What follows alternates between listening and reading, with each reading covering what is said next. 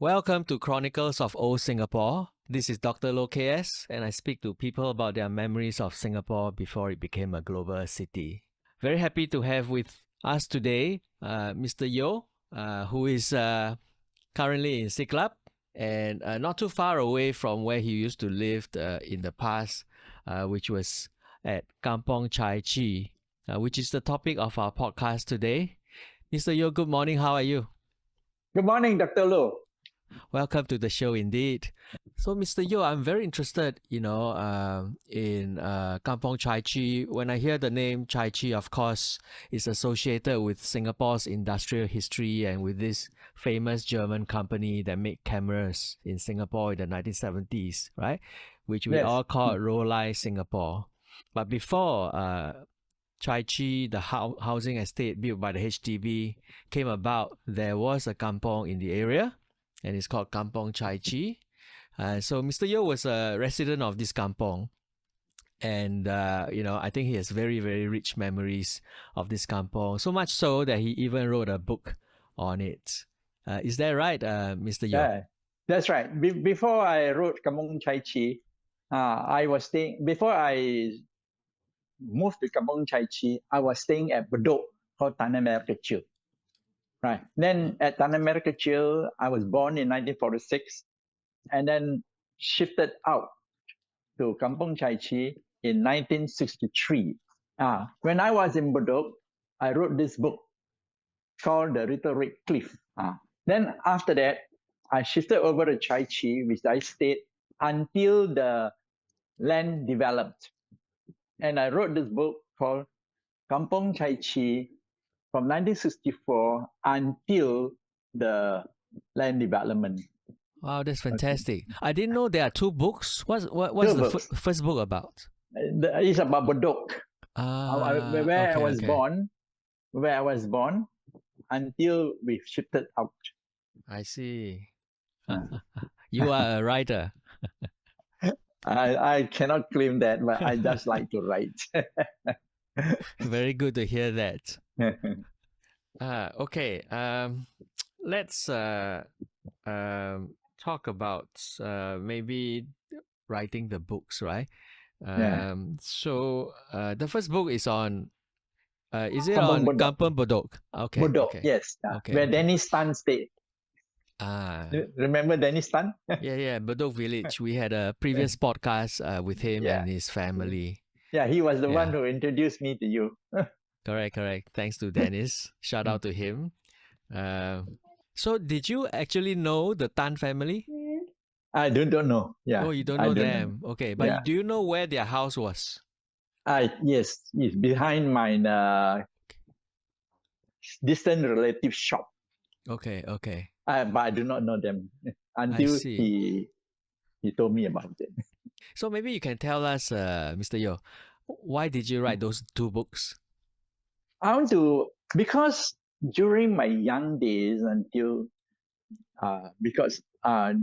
immediately after the war, the lifestyle was worse than during Japanese time. I said that because after the war, there was much destruction. The harbors was choked up with broken ships and broken debris and debris, and then the road was all bombed up, full of potholes, and then no electricity and water supplies, and life was very hard. Food was hard to come by, and so we lived in a kampong where we had a piece of land. We lived through using the land as a place to find food, to plant fruit trees, vegetables, rare poultry, and whatever for survival. And life was really hard in the kampong. That's why I wrote the book for the younger generation to know how hard the older generation had worked for the better life of the present generation. I see. How long did you take to write the two books? The first book took me several years because I wrote on and off, stop, and then interview, recollect, and so on. So on and off because of my work. So I had to take several years to write it out. Yeah. So that is the Red Cliff, right? Yes. Yes. And the second book? The second book is called Kampong Chai Chee, which is quite easy because you know why? I went to National Library. They wanted to ask me to give a short description of my life in 30 minutes on video. Then I told them 30 minutes is not enough to record my lifestyle. I need to write a book. Then he said, okay, we'll fund you. You write that book. And so that was why I wrote Kampong Chai Chee. Where can we get the books now? The Little Red Cliff, I still have some with me, but Kampong Chai Chee has already been sold or given out because according to National Library, for the first year, I cannot sell the books and I could give away. So I gave away many of the books to the schools, the National Library, to People's Association, and the Educational Department. So, and I left a few. I mean, I sold a few, and I left only a few copies for my own users. I see. Great. So you published the books yourself, is it? Did you have a publisher? It was so-called self-published. I sent to a printer. Okay. Of course, there are many editors. National Library, if you want them to fund you, of course, is very serious. They have my publisher has the editor. The National Library also has the editor. So this book is very well edited. I see. So I think what I'll do is I'll put a link to your email. Can I put your email in the video description so that if people want to get the whole of the first book, they can write to you? No problem. Okay, great. Maybe we start with a short memory of Bedok Village. I mean, today's podcast is on Chai Chee, but let's do a little bit about Bedok Village in addition to what Dennis had told us already. Okay. Any memories of Bedok Village? Yeah, Bedok Village, mostly the people were fishermen because they live very close to the beach, Bedok Beach. They were fishermen. And I used to patronize the Bedok Beach and as well as my uncle's, my distant relative shop. He had a shop there. And we used to go there to have haircuts because my house was quite far away. Not a distance. So every now and then got to travel there for marketing, for haircut and whatever. And also visit my distant relative. Because being immigrants, early immigrants, we have very few friends and all that. So a distant relative is a very good close friends, I should say. So we visited them and then we went there to have a haircut, to have food and do some marketing and visit the beach and ride around the kampong and then go back home. What was the address of your house at Bedok? Bedok is Tanah Merah Kechil.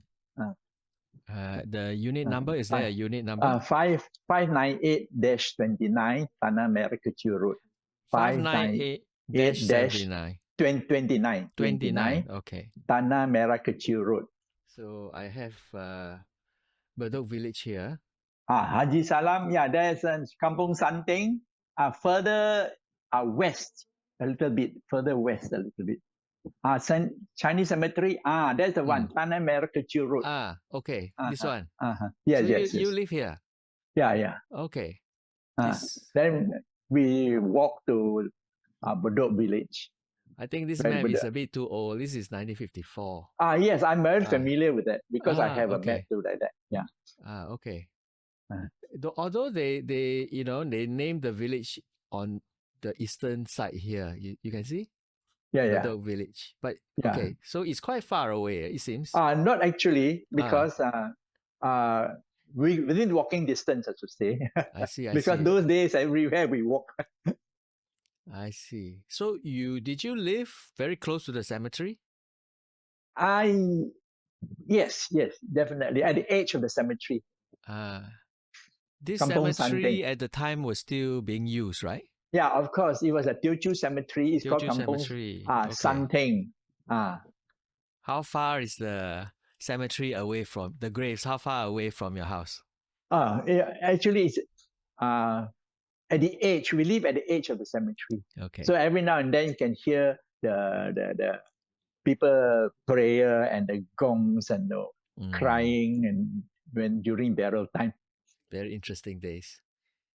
The Bedok School here, Bedok Mosque. Yeah, I attended the Bedok Boys School Okay. when I was young. This one? Yes, This Bedok one? Boys School. Ah, They call it Bedok School because it has a girls part, girls school too. But I attended the Bedok Boys. could you talk about the population of Bedok Village? I mean the ethnic groups. Mostly they are mostly Malays. They are mostly fishermen who live by the sea. Of course, a few work as civil servants, like a policeman and then customs, as well as, of course, some doing domestic work, like catching grasshopper for sale to the bird shop. You can see every now and then there this grasshopper catcher going around with a net and then go to the empty grassland to search for grasshopper catch and then sell it to the bird shop. Very interesting. You cannot Amazing. find them today. No, yeah. I don't know what happened to our grasshoppers. There are not many left, I think. So how many Chinese were there? Were the Chinese population big? No, not very big. Hmm. You can. I think we can count it with the fingers. I think. Okay. How did your family come to stay there? Um, a distant relative had a piece of land there. Not, of course, not the one that I refer to at Bedok Village. There's another one.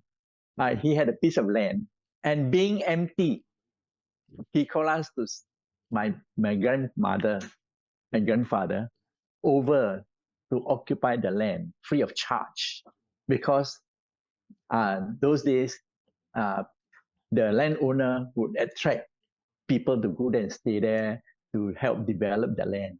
So we went there and then developed, had a farm there, and then, of course, doing farming, poultry rearing, fish rearing, and then also have fruits plantation as well. And also there was a coconut plantation. The Chinese in Bedok Village, were they mostly Hokkiens or mixed? I should say they're mostly Hokkien. Yeah. Bedok, of course, you want to talk about the Malay village lifestyle and all that. I already wrote a book about Muslim lifestyle in Bedok. I think it can take a long time to talk about it. Right. Okay. So to the viewer, please go and get the book from the National Library or from Mr. Yeo, and you can read about Bedok Village. Okay. So 1963, your family moved to Kampong Chai Chee, yeah? Yeah, because a private developer bought over the land. And so to become, today it's called, behind Bedok School now is a estate, private estate. Limau Estate. Limau Estate. Limau Estate, okay. Yeah, today. Yeah. Right. So your it's quite close, right? From Bedok Village to Kampong Chai Chee is not that far away. Not that far away. Can I have the address, your address for Kampong Chai Chee?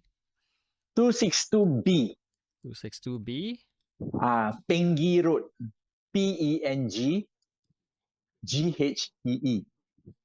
Okay. Peng Ghee Road.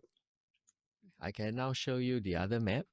So it's not shown in the map because this it is the other map. It is, but I live quite deep inside, which is not shown on the map. I know it's not shown on the map because quite deep inside. It's a laterite road, a secondary road, a laterite road. Mud track. It's a mud track. But later on, they name it. Yes, later on they give it a name at the track. Okay. Side track. And there is another village here called Ulu Bedok Village. Ulu Bedok is quite further in. So, Okay. uh, There's a clinic here.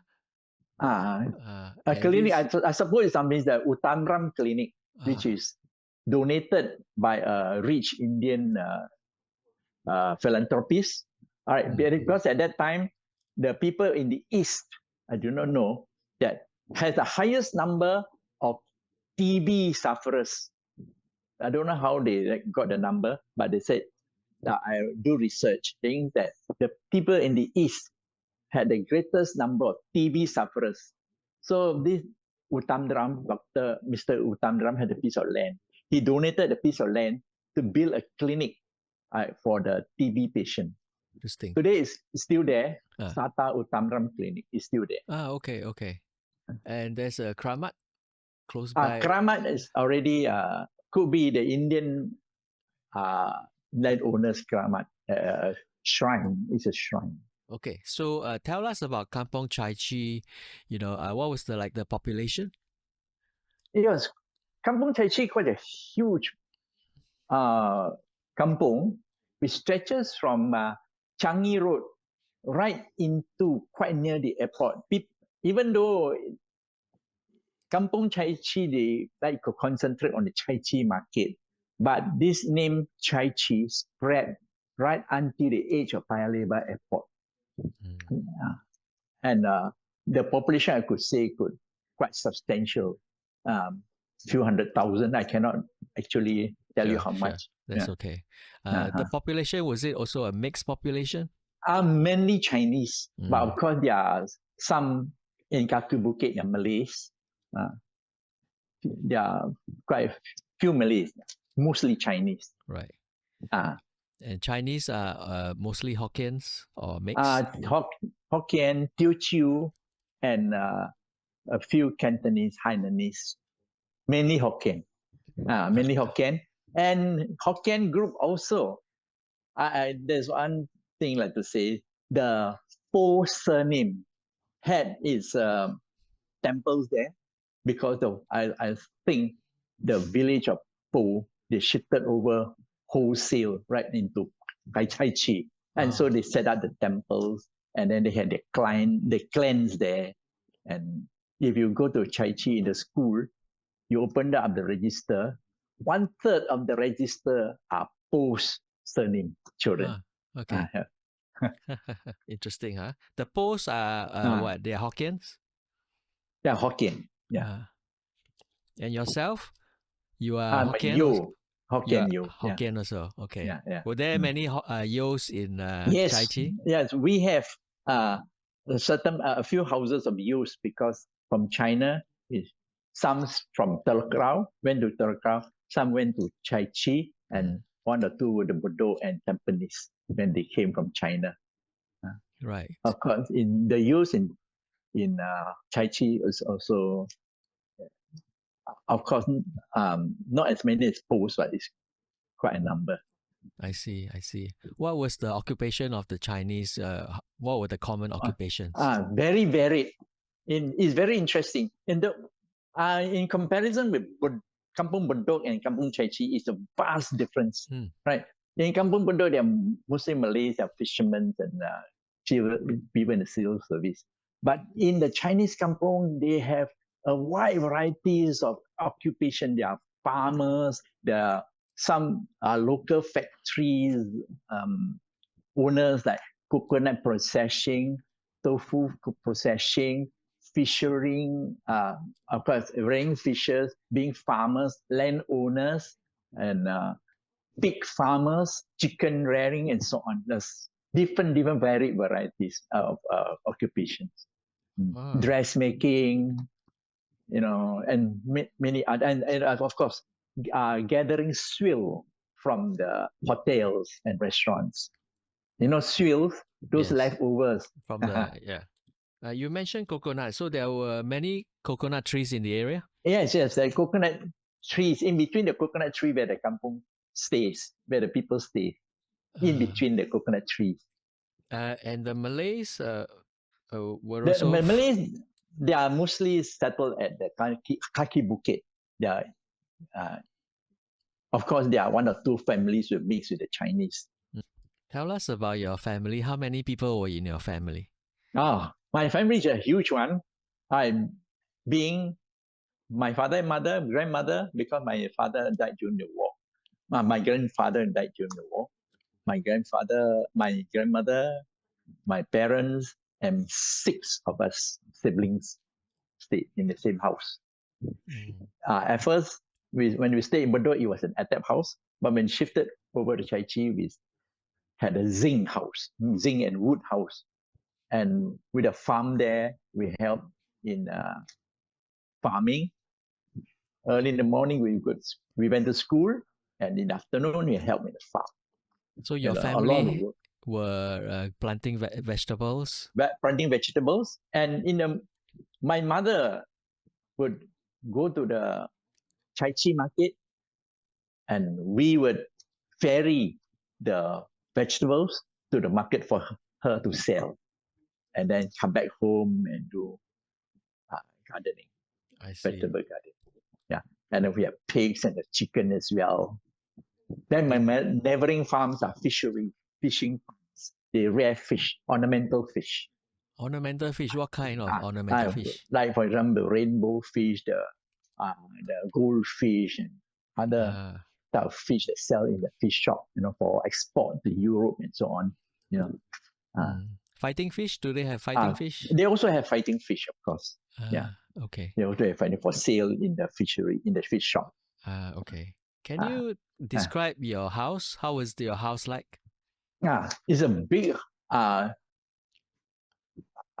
don't know how to describe. It can be said as 4-room house. It's big house, zinc house, and then with an annex called the kitchen, which is quite big also, and a veranda.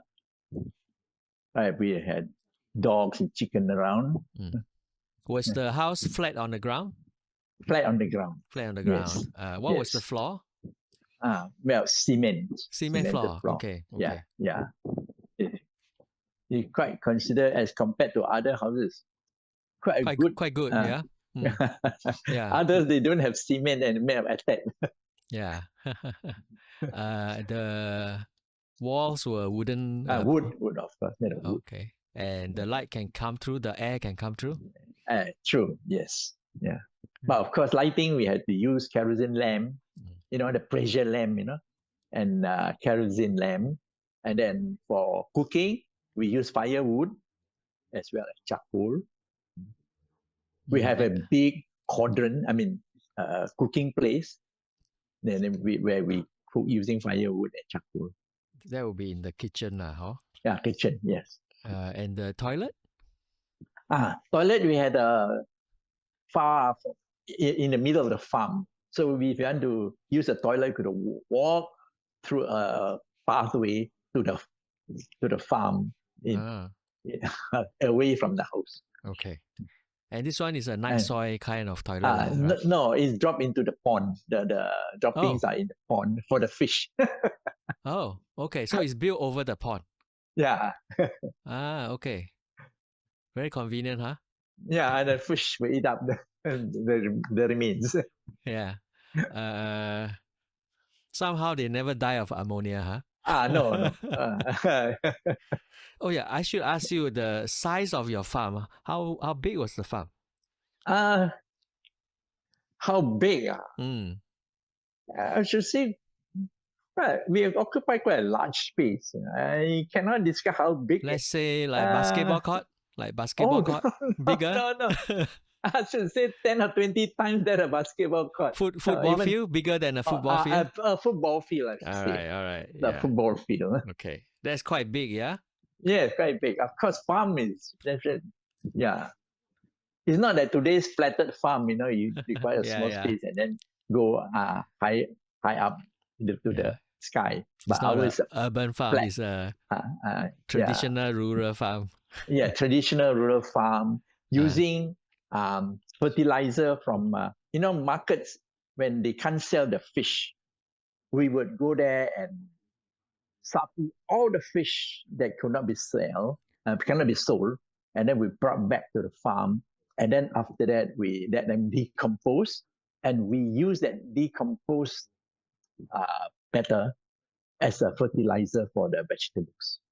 So the vegetables, the produce, the chicken or the eggs, the meat, they were usually sold at the Chai Chee So market. at the Chai Chee market, Right. or at times if we have a substantial number of poultry buyer would come to our farm and then bought whatever we want to sell, maybe 50 or 60, we bought all and then sell. Mm. These are middlemen. They will come and buy the wholesale. So this was the main income of the family. Main income of the family. Yes. Was it like enough, do you think, to support the Enough, I should family? say. We have our own vegetables, meat. If we can't sell the vegetables, there are some leftovers. My mother would what do you call barter, change. I want this meat. I give you this vegetable. You give me the meat. But at the end of the day, in the market at about 12 o'clock, because in the open air market those days, they seldom go beyond noon time because the thing on sale there would turn bad or it would turn bad. So they will quickly sell them early. Early in the morning of 5, 6 o'clock will be already there selling. And by the noontime, they should have finished selling all the wares.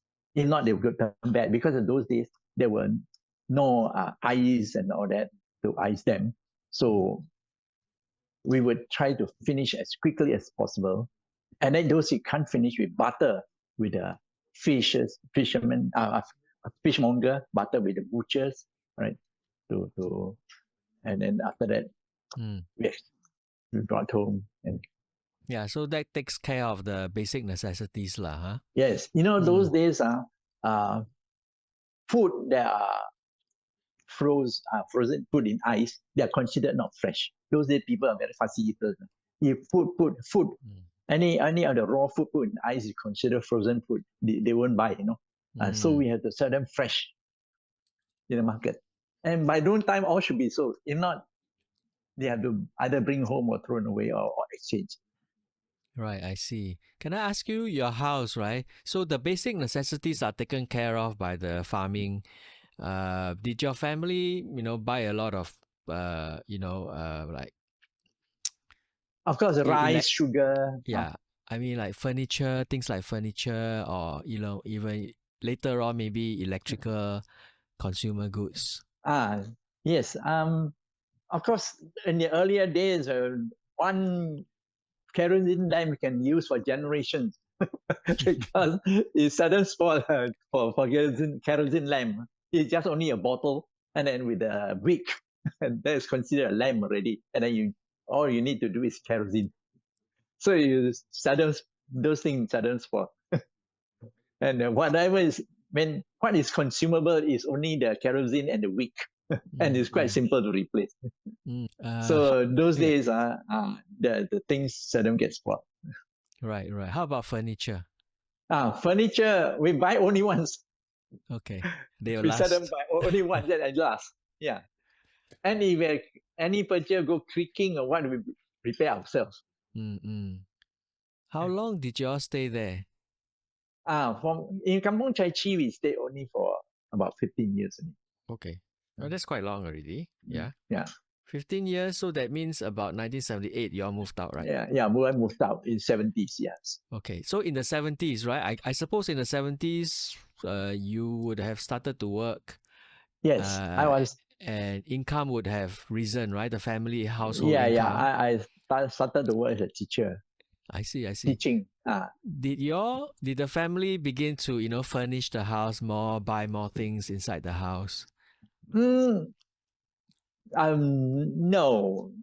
It's just quite basic. Of course, basic. When of course there is a electrical generator. A house. He bought a big generator to generate electricity to sell to the kampong folks and charge one lamp for $3 per night. A lamp, a fluorescent lamp, a 3-foot fluorescent lamp for $3 a night.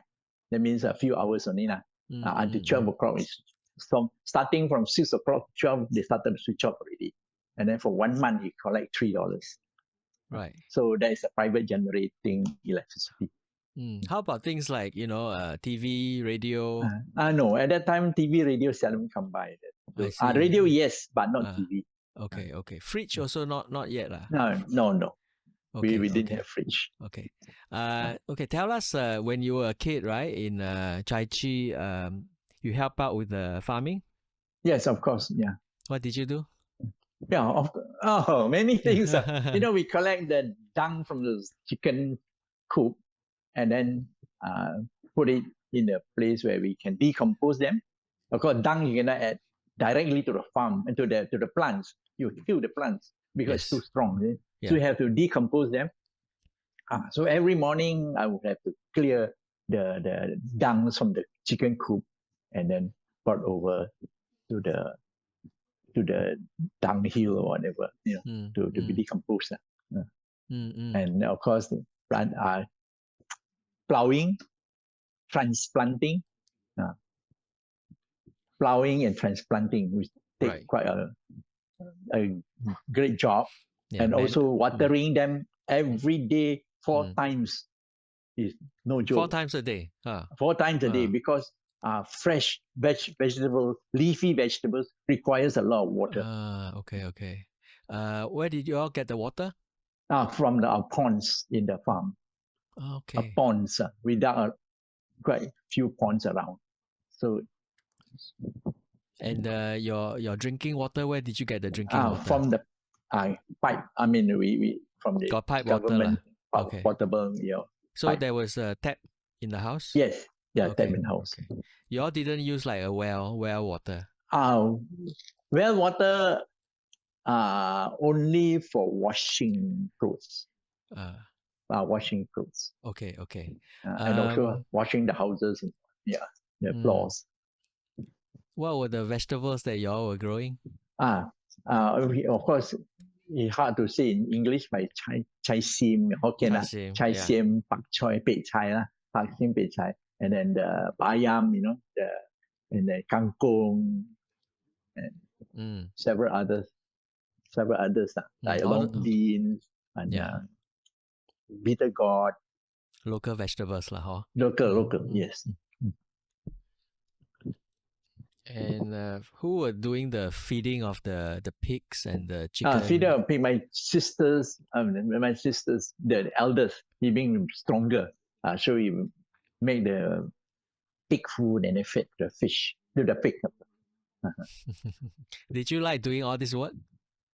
I mean, we have to do it. We had. Of course, by choice, of course, we are not. But we had to do it for survival. For the family. Yeah, maybe just tell us, right? Like describe. I mean, it's under the hot sun, right? It's quite hard work, right? Hard work, definitely. Tell us in your own words. Yes, we have to put on a hat, straw hat, and then during plowing, it's very tough. But then, plot which is bare, we have to really plow it. To loosen the soil, so to stun it. You cannot just plow and immediately transplant the plant there. We plow it to stun it, maybe to kill I don't know, it was a traditional method, maybe to stun it to kill the whatever insect or eggs. Then after that, do the transplanting. Transplanting is mostly done in the evening, which is cooler. So was it your mother who knew how to do the planting and was it her or who taught you? No, isn't it?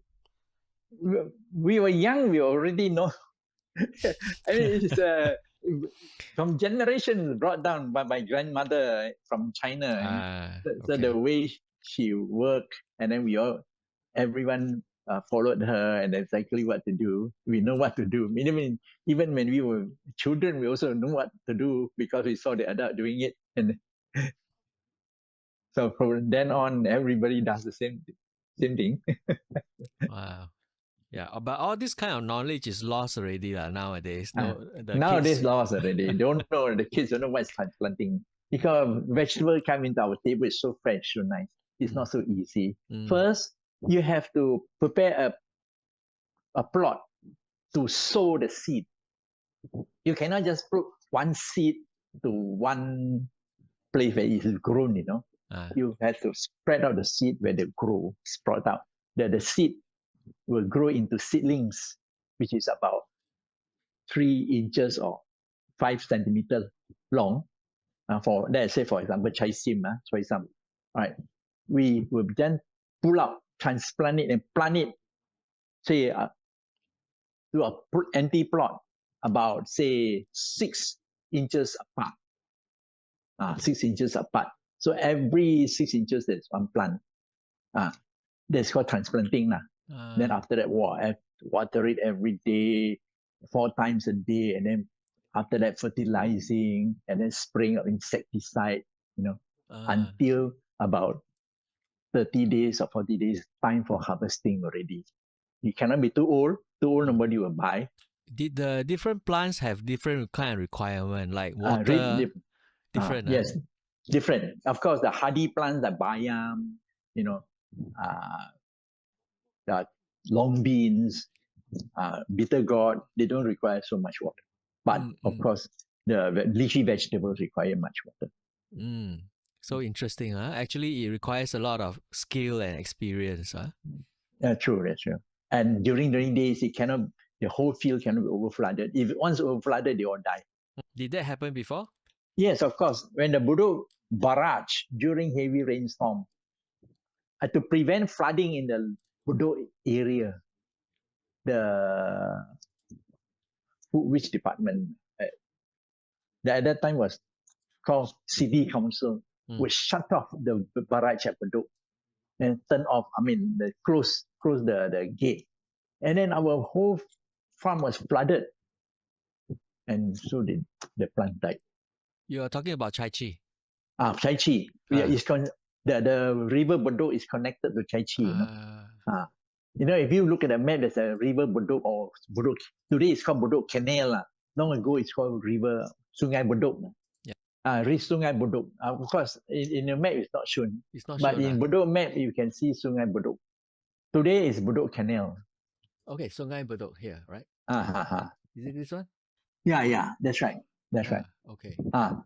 Of course, it doesn't end there. No, there are tributaries. Here, right? All the way. Yes, there are so many tributaries that spread until Chai Chee. I see. The tributaries. So what happens, right, if there's a flood and the vegetables die? Died, then of course, and there'll be little sale in the market. And then we have to redo everything again, plow everything again. So it was actually quite precarious, right? Your livelihood. If the definitely. Vegetables die. Go ahead. Only us, even though it's all over the world, whenever there's climatic conditions and all that, they affect the vegetables and fruits. So the prices will go up. That's why sometimes the price of fruits and vegetables are up and sometimes they are down. It's the same throughout the world. Yeah. So if the crop die, then you have to start all over again. All right? over again, yes. And how long does it take from seeding to harvesting? It is about 30 to 40 days. 34 days. Okay. That is 1 month of lost income. Yeah, that's right. Let's take a look at the photos you sent. Okay. You can see, this is the one. This is the one. Who is because this? My father. Your father. And this one? This one, my farm attracted a lot of visitors because in Kampong Chai Chee, there are few leafy vegetable farms. The rest are chicken farm, pig farming, these coconut plantations and all that. All right, they planted hill vegetables, which is like bayam, and then those hardy vegetables. But ours, in the lowland, we planted leafy vegetables, and this attracted quite a number of visitors. So these are visitors to my farm. Visitors as they want to come and see the vegetables. Yes, educational purposes. Okay. Yeah, I thought this was your family. No, visitors. Yeah, also Like school, for example, they brought the school children there to see how we all planted the vegetables. Like I think I show you one school children, right? Hold on. Uh, You put that down because we cannot see the screen now. We can only see the photos. This one is the it? one with a lot of school children. Yes, yes. So these are also visitors. Yeah, visitors, the school children to visit the farm. Yeah. Okay. Did your farm then have a name? No, no name. No name. Okay. So they come to visit this farm in Chai Chee. Okay. And this school? This is where I taught when I first started teaching, I was sent to this school to teach. It's away from my house, not far away from my house. What's the It's name like of the school? Ghee High School. Pin, Ghee, Ghee, High School. 平易中学, right? Okay. 平宜中学. Is it a Chinese medium school? Chinese medium school. What did you teach? English. English. Okay. Yes. So this is a private school, is it? Of course, at first it's a private school, but later on the government funded it later. You know, all Singapore Chinese school are private school actually. Yeah, originally, right? Originally. So the students were mostly from the Chai Chee? Chai Chee. I see. How long did you spend there? I taught there for 2 years with Yeah. English, taught them English. But but later on, when the government changed policy, they said that English teachers must be sent to the English school to teach English. So teach English, maths, and science. So I was being an English teacher. I was then asked to transfer to Tanjong Ru to teach English, maths, and science. Maths and science. English, maths, and science. Okay. Yeah. How was it teaching at Pingyi school? It's a very, very tiring job. Yeah, the receptive of learning English is very bad. They will challenge you. Why should we learn English? You know, these children, the students are not interested in English. Not interested. They say we don't need English to survive because, of course, every day in the village they speak Hokkien, and at that time Mandarin were not so very not so very pronounced. So Hokkien was the language there, and they survive. As a shopkeeper, as a gardener, as a whatever coconut plantation, they all use Hokkien. They need not use English. So they are not interested actually. The parents didn't tell them? No encouragement. Because the parents themselves are also very anti-English. Right. Yeah. That must have been quite difficult for you. Quite difficult, and also quite difficult for the government also. Like for example, for the residents as well. We are very few. My siblings, the boys, two boys, and was sent to English school, and my youngest brother was sent to a Chinese school. So can be considered English ad in the kampong.